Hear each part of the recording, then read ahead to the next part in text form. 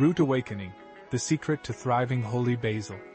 If you've ever tried to grow Tulasi, or Holy Basil, you might have faced some challenges. Many plant lovers, including myself, have bought these beautiful plants only to watch them struggle after a few months. You might notice their stems turning black, leaves dropping off, and even white spots appearing on the stems.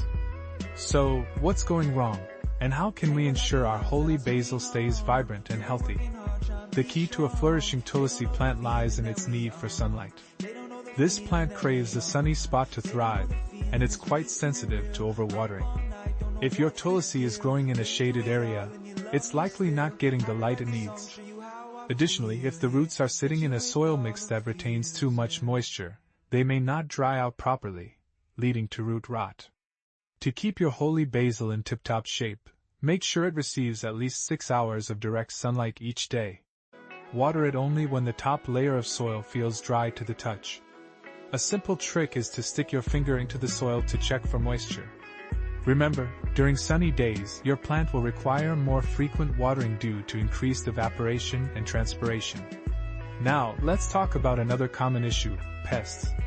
If you have a dwarf coconut palm that's about 4 years old and hasn't flowered yet, it might be time to consider fertilization. Typically, these palms start to bear fruit around 5 or 6 years of age, depending on their growing conditions. If you've spotted a beetle on your palm, it could be the notorious coconut rhinoceros beetle, which can cause significant damage. You can treat this with chemical pesticides like cypermethrin, or for a more natural approach, try using plastic netting to trap the beetles. On the other hand, if you notice white spots on your peppercorns, they might be mealybugs. Don't worry too much, you can wash them off before using the peppers. Regularly inspect your plants and act quickly against any infestations. For small outbreaks, washing or brushing them away can be effective, and using organic pesticides like summer oil can help keep pests at bay.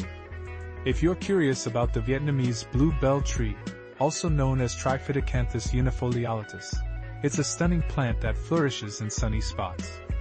With its small leaves and violet flowers, it can become a beautiful bonsai as it matures. Lastly, if you're growing Bayam spinach and notice spots on the leaves, it could be a sign of disease, possibly fungal. Heavy rainfall can exacerbate this issue, especially if your plants are too close together. To protect your Bayam, consider using a clear plastic cover to shield them from excessive rain, which can cause leaf injuries and allow pathogens to enter. Gardening can be a rewarding yet challenging journey, but with the right care and attention, your plants can thrive beautifully.